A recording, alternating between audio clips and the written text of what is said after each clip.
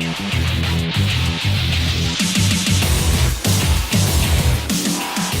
what up guys, this is ThePowerUpMushroom coming to you with the video, and this is kind of a video that I was thinking about things, and I just thought I'd do a video on it.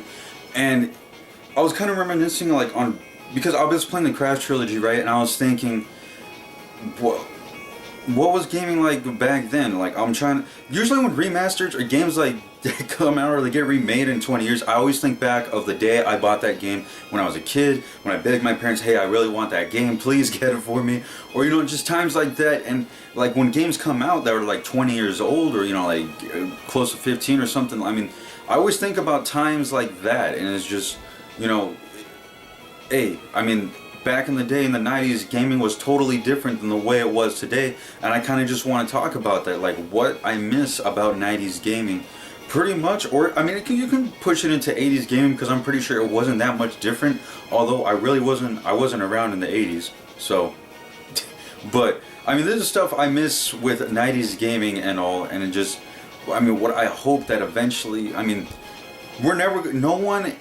no child in this lifetime is ever going to experience anything like the way 90s gaming was back then. You know what? I just noticed that it's a bit dim in here, so let's go ahead and bam. I mean, that's a little better lighting, right?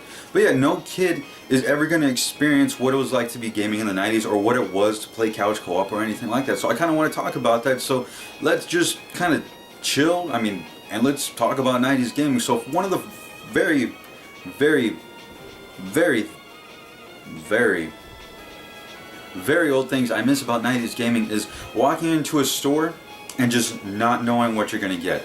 I mean, granted, you'd walk into Walmart, or, you know, like some game store or something in the 90s, and normally back then there weren't commercials for video games. I mean, there was for like big titles. You had like Smash Bros, you had Zelda, you had your Final Fantasies, you had title, you know, games like that. But then all of a sudden you can walk into a store and you just really, I miss the cover art for video games.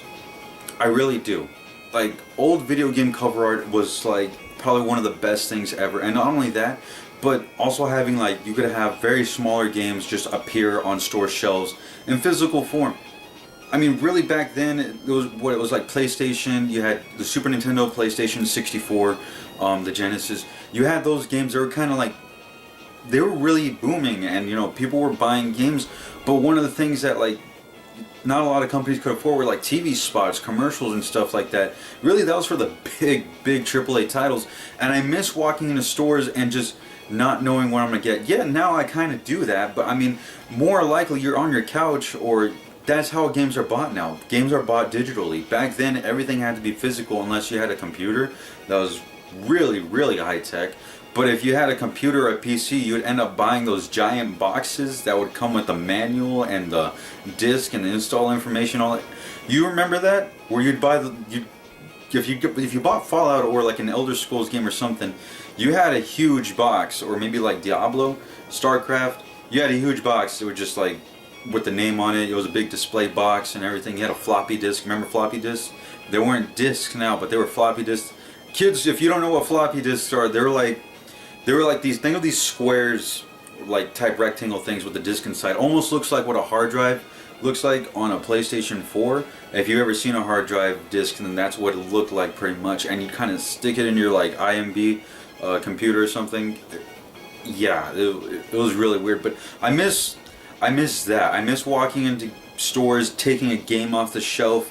Remember looking at the back and you were kind of deciding whether to buy it or not, or you just heard different titles from friends. Sometimes there'd be times where you go to school and your friends would be telling you about a certain game, and you'd hear about it and you're just like, hey, what game is that? Or you wouldn't hear about these games because back then the PlayStation library was so big.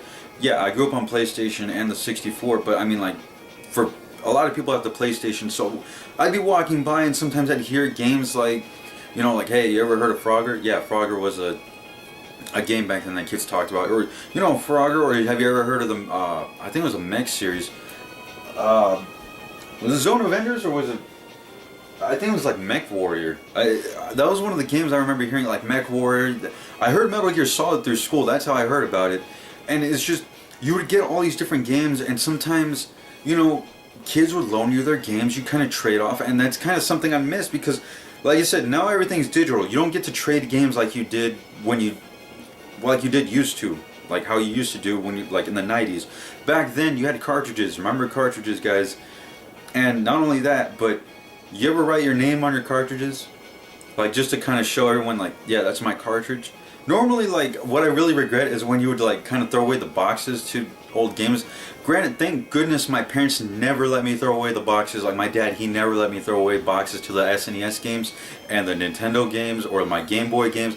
Never threw away the boxes, so thank you so much for not letting me throw away those boxes, because a lot of those games now, they're just, oh my god, with the box they're freaking expensive. But I mean, remember when you used to write your name on cartridges, or like you'd put like a little mark on there, just kind of let you know that, hey, that's your game. So when you take it to a friend's house and you guys had the same game or something, like say if it was a Game Boy game and you were gonna play like Pokemon or something, you'd write your name on your cartridge and everything, and you'd kind of, that's how you would identify which game was which. I mean, come on, that was pretty cool. I mean, I think just that sense of personalizing your game cartridges was something that I really miss, because, I mean, nowadays, you don't have to personalize your game case. It's not like I'm gonna freaking, I don't know, oh, you know what, let's get Just Cause 3 because this game is awesome. It's not like I'm gonna take this to a friend's house and be like, there you go, you know, hold up, let me write my marker. It's like, no, it's either like you have the game or you don't now, but back then, save files were on the cartridge. So it's like, if I took this and it was a save file, yeah, I'd probably mark it just kind of like, if I was going to play it at a friend's house. But although, why would I do that? You have online now. Which brings me to another thing, because back then, I mean, it seems kind of silly now to kind of bring games over. Now you kind of just have to bring the entire console because a hard drive is built into it. You don't want load times or anything. But back then, it was kind of like saves were built on your cartridge. That's why you would have to personalize it, because you don't want your saves getting mixed up. For the 64, you had that, you know, the memory card that go inside the controller slot. Remember that? You'd also write your names on there. They had those little tabs that you'd write on the little controller memory card. They had like little lines. You could put your name, you know, your save data, whatever was on there. You'd write things on your memory card that way you knew which memory card it was, and like for a specific game. And that was really cool. Like I said, personalizing your games back then was just, it felt like I said, gaming was more I guess you could say it was more like more connected. You're more connected with your games because you're always making sure that they were, you know, well kept. You know, of course you still do it now, but they're all disc based. But like in the form of cartridges, making sure that there's no dust. You had slip sleeve, like those little covers for them. You know, you're making sure that they wouldn't get lost or anything. You had your own shelf and all that. I mean, you still have your own shelf, but you know what I mean. Just things like that I really miss about 90s gaming. And this brings me to another thing. Remember walking into Hollywood Video or Blockbuster and being able to rent games? Like now you can, yeah, through Redbox, but it's not the same anymore, because now video places or video renting places, they're pretty much gone. They're extinct. There's very few. There's one in Texas that they were still a Blockbuster Video, but they just closed down. I think it was last year, and that sucks because, I mean, one thing I really miss about the 90s was just being able to go. Here's how it would go. So, kids, listen. This is how you would plan your weekend. When you would get off from school, normally you would be asking your parents, "Hey, can we go to the store? I want to rent a game, or can we go rent a video?" Normally, you would go to the video store. For me, it was Hollywood Video. Blockbuster was a little later down the line when I moved into Vegas. Before I lived north side of Vegas, it was in a little town called Pahrump, and we had a Hollywood Video. So I'd go there, and the way it would work, it was like, "Hey, we're gonna rent a movie. We're gonna get some popcorn." You were planning your weekend basically. This is how it would go. You go to Hollywood Video or Blockbuster. You rent your movie. So you have one movie that you're gonna watch, and normally video fees are really expensive. But hey, I still miss it. You had your movie. You had your popcorn that you're gonna buy, your snacks and everything. You'd stop at the gas station, and then you had the game that you're gonna play with the family. And this is how I got into Mario Party and Smash Brothers and all that, because I rented those games. Those games I went and I rented. I saw the box cover and everything, and I rent games. And normally this is how you would kind of figure, like, hey, I'm gonna buy this game eventually. And you know, like Donkey Kong Country, the Donkey Kong 64, you had Kirby, you had all those Nintendo games that you kind of rent at the store. Mostly it was cartridge games. You'd go and rent them, and you bring them home, you'd play them a little bit, you'd really like them, and then you'd kind of beg your parents to kind of, hey, like, I want to rent this game again, please. And that was really amazing, being able to go to the store or like the renting store and you just pick out the game you rented, because you have to be really careful, because games they've always been expensive, and back then for cartridge games, oh my god, they were freaking expensive. So most of the time you end up renting games for your Nintendo 64, the Super Nintendo, and I mean, that's how you discovered games, was, again, by walking in the store, looking at the box art and saying, hey, this game looks cool, let me rent this game for the weekend. You rent it for the weekend, and then Monday you'd go return it. Be really sad, but hopefully your parents will let you, extend that renting lease, for another week. And I mean, that was really cool. And like I said, this is times where like I would sit down and enjoy, gaming with the family. You'd play Mario Party, or you'd play Crash Bandicoot, or you'd play, Donkey Kong 64, Smash Brothers. A lot of those fun party games, they all came out, and that's how you would experience them, is through renting them. Then you'd go buy them. So that's how it happened. And then, I mean, I can't help but, like, this kind of leads into the next part that I, like, really miss about gaming, is just couch co-op, or couch gaming. Like I said, not a lot of kids, like, these days, you're not going to be able to experience this, is that what it was like to go over to friends' houses and play games, or sit down with the family and play games on the same TV. You had split screen, guys, and not only that, but you had it on a tube television. You know how big tube televisions got? They didn't get that very big.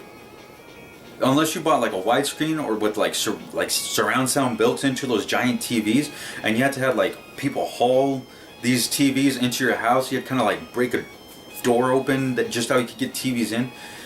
No, I mean, like, you're never going to experience that now, because now it's flat screen, it's real easy to carry. I mean, one man can carry like a freaking 50-inch screen TV by himself.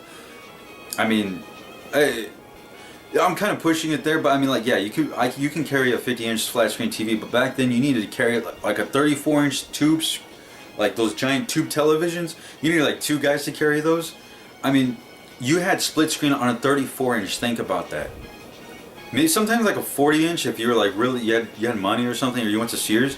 But legit, to play couch co-op, it's not the same, because back then it was more like, if you wanted to settle something, you settle it right there in person, in your face. There's no, if I beat you, I'm gonna leave the Xbox Live party or the PlayStation party. It's not, I'm gonna turn off my console randomly. No, if you lost, you took it right there, like a man. You sat right there and you faced your opponent, looked them right in the eye, and you played that game. And normally, it would always be like, yo, one more match, and you'd be playing all night. That's what would happen. And I mean, sometimes you lose track of time. Granted, it can still happen now, but granted, it's easier to get away from your friends when you're not really in front of each other. Back then, when you had friends over or something, normally it was like you'd spend all day and kind of plan these days out, and you'd play these games. And sometimes you'd tell your friends, hey, I got this new Star Fox game, you got to try it out. Or, hey, have you played Smash Brothers? And it's just, games like that, you're never going to be able to experience in like couch co-op anymore. And more games, like, they're not including, co-op mode or multiplayer mode within their games that are split screen. And that's a lot of I miss a lot of that stuff, because a lot of that was just kind of, that's how you bonded with your friends. That's how you sat down and made friends with people. If you went to school with kids, you'd say, hey, want to come over to my house? I have this new game. You ever play Sonic Heroes? Which was probably one of the better Sonic games. You ever play Sonic Adventure 2 Battle? You ever play Kirby Air Ride? You play Smash Brothers Melee? You ever play that? You ever play Star Fox Assault? Have you played Metroid Prime 2? You gotta try it out, man. Come over to my house. Let's play some Metroid. Bring some of your games. Oh, what's that? You have, what is that? PlayStation 2 with Metal Gear Solid 3? Let me try that out. You kind of make trades or something, or they bring it to your house. You kind of show them where you're at in the game and everything. It's stuff like that. You'd be able to play with friends. Grant, why am I mentioning like single player games? But you know what I mean. You'd bring games over to friends' houses and you'd sit down on the couch and you'd enjoy games. It's not like that anymore. Granted, now, I mean, yeah, it's easier to connect to your friends. You can play multiplayer with random strangers. But I don't know, I guess back then, playing with people on a couch with that tube television, there's some kind of charm that you're never going to get out of again. Like, it's never going to happen again unless you have like games come out and there's like couch co-op and you invite friends over, but it's never going to be the same. Because back then, that's the only way you could connect with people. That's the only way you could play multiplayer. You had to have people bring extra controllers to your house. You'd give third-party controllers to those people that come over to your house that you didn't really like, or you had cousins come over. You give them those Logitech controllers. You know which ones I'm talking about. fake branded controllers for the system. You give it to them because it's a real crappy, cheap controller. Hey man, that's how it went. If you didn't have your own controller, I'm sorry, you're going to be playing on the Logitech controller because that's how it worked. But, I mean, just being able to play games like that with people is just, it's never going to, you're never going to experience that because like I said, that was the only way you could play games with other people. That's the only way you could get the most out of your games, is because that's what made games more valuable, is when you would play with people on your couch in person. I mean, it was just, if there's, like I said, there's something about it that you're just, the charm is always going to be there, and you're never going to be able to get that back because we have the internet now, and the internet, it connects everybody through, like, you know, like games, media. It's just, the internet is there, and it's easier to connect to people. And like I said, there's just that charm of being able to connect to people. Like, there's a harder way to connect to people, but when you found those people, it made it the gameplay, when you play games with people, or you trade games, or you talk about video games, it made it something like really special because you found somebody that you could kind of like talk about games with. You kind of explore new games and all that stuff. It's not where like you'd open your console and there'd be all these advertisements in your face of the next big AAA game. No, back then you'd go out there and you'd have to find that game yourself, and that's just how it was. And that's just something that, I mean, a lot of these things I miss just specifically for the nostalgia, but I mean, I can live with like just not ever being able to live those moments again, but I just kind of want to reminisce on some of those 90s things that, you know, like I said, people aren't really gonna, not a lot of kids are gonna be able to enjoy that unless you're in a smaller town. I've seen some smaller towns, they have like these video spot like locations like Blockbuster and Hollywood Video. I think there's like, I don't know if there's any more Blockbusters. I legit think the last one was closed down last year or something, or like they still have one in Alaska. But unless you're in a small town and you have like a local video renting store, you're not going to be able to experience this at all. Or like you don't have any internet. It's just, which if you don't have internet, how are you watching this? But yeah, that's it. The 90s is gone, and we're not going to be able to, you know, kind of personalize our cartridges anymore. We're not going to be able to go to stores and kind of look at shelves with awesome video game art, because awesome video game art is kind of dying. And now it's just a guy with a gun like posing like that, or I could legit pull off any game from the shelf or from like the PlayStation 4 or the Xbox, and all the covers going to look the same. More specifically Xbox, because that's where all the shooters are at. But I mean, it's just, there's not that originality or quality into games. And I guess back then, games quality, like, they made it last. You'd unlock secret levels, you'd unlock new maps to multiplayer modes in the game and stuff, and that was really cool. But I mean, like I said, we're not going to be able to relive that anymore. But I just kind of want to, I mean, that just going back in the day, that's what I kind of miss of retro video gaming in the 90s. I mean, that's it for this video. But man, it sounds really depressing when I say we're not going to be able to experience this again, which it is sad. But hey, we got new games now, we're enjoying them now. I mean, granted, I'm glad I was able to live, you know, in a time where videos like Blockbuster was open, you know, Blockbuster and Hollywood Video. That was amazing. And being able to personalize my cartridges and everything, that was awesome too. But anyways, that's it for this video. Hey guys, what did you guys like? I mean, there's a comment section below. Please use it. What do you miss about 90s gaming? What do you miss about gaming in your childhood? Is there anything that I missed? Because I'm pretty sure I missed something, because if I were to talk about 90s gaming, I could probably make like a 20-minute video. It probably is 20 minutes by now, probably, but you know what I mean. I can make a video that like just lasts years about talking about 90s video games, the games that were coming out at the time, what was really exciting, the Nintendo Power magazines and all that stuff, and just, I mean, I miss all that stuff, and I'm pretty sure you guys too if you're watching this video. So kind of please tell me in the comment section below, or make via video response. Namdi Swinny Barn, if you want, you can make a video response. That'd be awesome. Tell me what you guys miss about the 90s. I'm pretty sure both of you, not trying to say that y'all are like hell of a lot older than me, but I'm pretty sure y'all are a little bit older than me. So I mean, I'm pretty sure you guys have some things you might want to talk about, you know, in your videos. Like if you were to make a video response, if not, it's cool. Just comment below, let me know what you guys thought. Anyways guys, if you like this video, remember to like, comment, subscribe. If you want to see more, thumbs up vote if you're watching on Vidme. That's how it goes.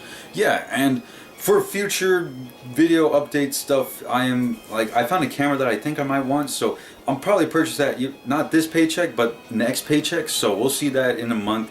Lighting, I'm still working on it and all that stuff. And thank goodness, I finally have 3 days off in a row. I am so happy, so I will be able to do more videos for the next 2 days, and I will be able to upload them like I regularly do. So, I'm so happy for that. But anyways, guys, thank you guys for watching, and as always, guys, when you guys are gaming, remember, power up.